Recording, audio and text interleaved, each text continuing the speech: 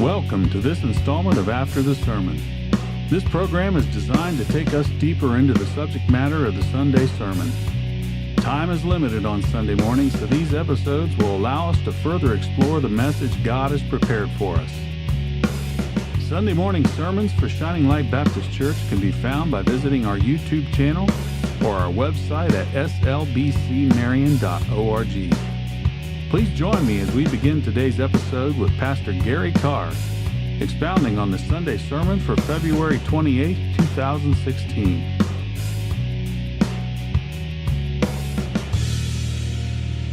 Hello and welcome again to After the Sermon. This program takes an in-depth look at the three major points of the sermon that we have given on Sunday. I'm glad that you joined us, and I hope you get something out of it. We're looking at chapter 7. And we're going to start by reading verse 1. The Israelites, however, were unfaithful regarding the things set apart for destruction. Achan, son of Carmi, son of Zabdi, son of Zerah, of the tribe of Judah, took some of what was set apart, and the Lord's anger burned against the Israelites. The moment we enter into sin, for whatever the reason, is the moment that we walk away from God. We take the shield of blessings God has provided for us and set it aside. And I say today that this is not a world to live in without God's shield of blessings and His protection. But that's exactly what happened here. The Israelites lost the protection and the blessings from God. In chapter 7, when Achan stole some treasure from Jericho, God would not bless sin. Deuteronomy 11:28 says, "And a curse if you do not obey the commands of the Lord your God, and you turn aside from the path I command you today by following other gods you have not known."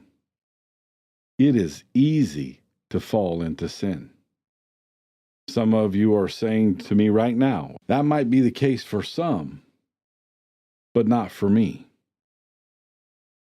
And I'm here to tell you that confidence that you have is the first step to falling into trouble. 1 Corinthians 10:12 says, "So whoever thinks he stands must be careful not to fall." If you remember, it happened to good old Peter. In Matthew 26:33, Peter tells Jesus, as Jesus explains to them that someone was going to sin against him, Peter hollers out, "Everyone else might, but not me, Jesus, not me." And of course, we know what happened when the cock crowed 3 times, don't we? Now, God, up to this point, had been teaching unity to Joshua and the Israelites. Everything that we read from chapter 1 all the way up to chapter 7 was about unity, was about cohesion and staying together. When Achan sinned, all the Israelites would suffer because of it. You may say that's not fair. Whoever said the effects of sin was fair? 1 Corinthians 12:26 says, "So if one member suffers, all the members suffer with it. If one member is honored, all the members rejoice with it." It's like having a backache. Even though that we did something to strain a muscle on our back, it aches. The whole body hurts, doesn't it? Think about a member of your family that is affected by sin. It touches all members. Whether it's selfishness, pride, bitterness, it doesn't matter. The end result is that the effects from that sin reaches the entire household. Just like the Israelites in verse 5. When God holds back His power in our life because of sin, we lose faith. We lose heart. Because of sin, we are exposed to the world without God's blessings. And Satan will take full advantage of that opportunity. Proverbs 19:3 says, "A man's own foolishness leads him astray, yet his heart rages against the Lord." We blame God for the silliness that we do.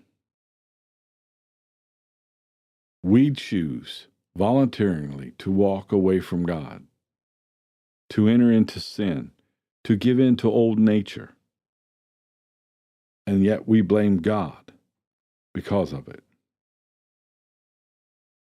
Without the confidence God is behind us, supporting us, fear sets in. And fear makes us choose decisions we normally wouldn't do. You know what I'm talking about, right? In every horror movie that I've ever seen in my life, when someone gets scared, they run blindly down a dark corridor. It's not a decision that we would make if we were not in fear. We do that today. You know, I heard once said that a drowning man would even grab the sharp edge of a sword. And that's true.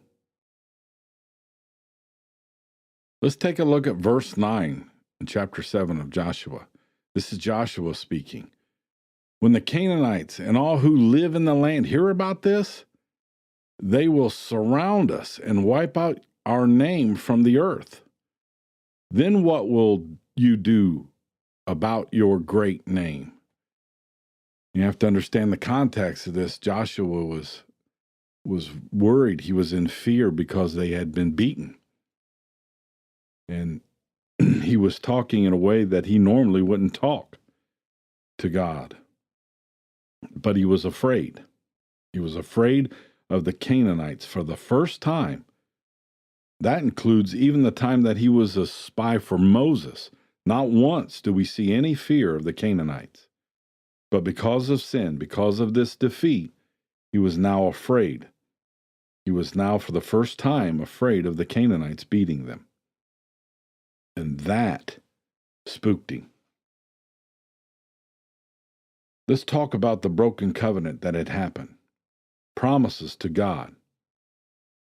He takes them very seriously. Matter of fact, in Matthew chapter 5, 33 through 37, he teaches us that we shouldn't make these promises that we can't keep, but that we should worship him without an oath being made.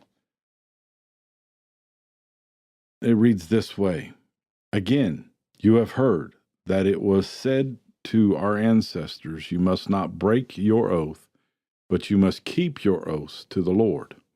But I tell you," this is Jesus talking, "don't take an oath at all, either by heaven, because it is God's throne, or by the earth, because it is his footstool, or by Jerusalem, because it is the city of the great king. Neither should you swear by your head, because you cannot make a single hair white or black. But let your word, yes, be a yes, and your no be a no. Anything more than that, this is from the evil one." So they broke the covenant. They had broke the oath. And God is not punishing them all for it. Let me just say something about that. As a Christian in your walk, your word should be enough. It should. To anyone that you're talking to, your word should be enough. If you feel that you need to add, "I swear this is true," or you need to add, "By all that is holy, I swear this is true." If you need to convince someone what you're saying is true, then I would say your walk is not where it needs to be. Your Christian walk needs to be above reproach. Your integrity is everything, and it should not be sacrificed. We see that when Abraham wanted to take an oath with God, he lit the torches alongside the ways there, and he was about to walk through, and God put him to sleep. And he came down and walked through it to Abraham, because he knew Abraham wouldn't be able to keep this oath, even though he meant it with all of his heart. but he knew that he would stumble again. But God promises us he won't stumble. He took that oath, and he's done the same for us. He promises that he'll never leave us. He'll always be with us, that he'll keep true to every promise that he has given to us in Scripture, and that he loves us unconditionally. We need to hold on to those and follow those promises. In Jeremiah 22:9, it says, they will answer because they abandoned the covenant of Yahweh, their God, and worshiped and served other gods. Disaster came to the Israelites because of the breaking of the covenant. Don't play games. No loose promises because that you're in trouble. Don't be foxhole Christians, crisis Christians, as I call them. Don't make deals. Just live a godly life. It sounds simple, doesn't it? It sounds like it's real easy, and it really is. If we live a godly life, God promises us that he is with us. And if we have God with us, who can defeat us? We see that in verse 15 of Joshua's chapter 7. God told Joshua to burn the body of Achan and the treasure that was stolen. So Achan confessed. They found the treasure in his camp, and then they were stoned to death and burnt with the treasure. Let's take a look for just a minute about fire. In Genesis 19:24, it says that fire is an instrument of divine judgment. In Numbers 31:23, it calls fire a purifier. To God, everything we do is about holiness. We need to stay pure. And fire refines us. And that's what God had told them to do to Jericho. Burn it down. Never rebuild it.